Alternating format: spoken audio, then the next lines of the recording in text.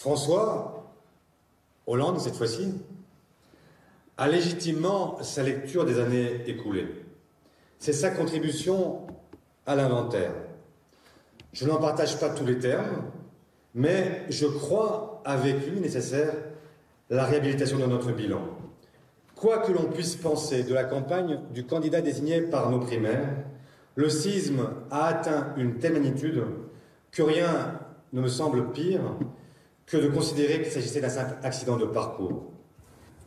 Jérémy, c'est vrai, il faut le dire que l'ancien chef de l'État, François Hollande, continue d'être très présent. On l'a vu dans plusieurs librairies pour dédicacer son livre cet été. Oui, c'est une situation particulière, effectivement, pour le Parti socialiste. François Hollande qui n'était pas présent à La Rochelle, peut-être pour laisser un peu plus d'espace à Olivier Faure, le nouveau premier secrétaire du Parti socialiste. Mais c'est vrai que c'est compliqué, particulièrement pour la gauche. Olivier Faure qui s'est fait beaucoup plus tendre, moins critique face à François Hollande. Il avait, il y a quelques mois, parlé de l'ancien président comme le champion du déni. Là, effectivement, il a expliqué qu'il fallait faire l'inventaire, mais que les socialistes avaient perdu ensemble. Il a été beaucoup plus correct politiquement, Olivier Faure, qu'il ne l'avait été il y a encore quelques semaines. Ça reste une difficulté, François Hollande, parce qu'il y a beaucoup au sein du Parti socialiste qui considèrent qu'il peut, dans quelques mois, quelques années, constituer un recours. L'ancien président, l'homme de l'État, qui a déjà dirigé la France. Est-ce que c'est vraiment une chance pour le Parti socialiste? C'est pas certain, parce que malgré tout, François Hollande, il renvoie le Parti socialiste à l'époque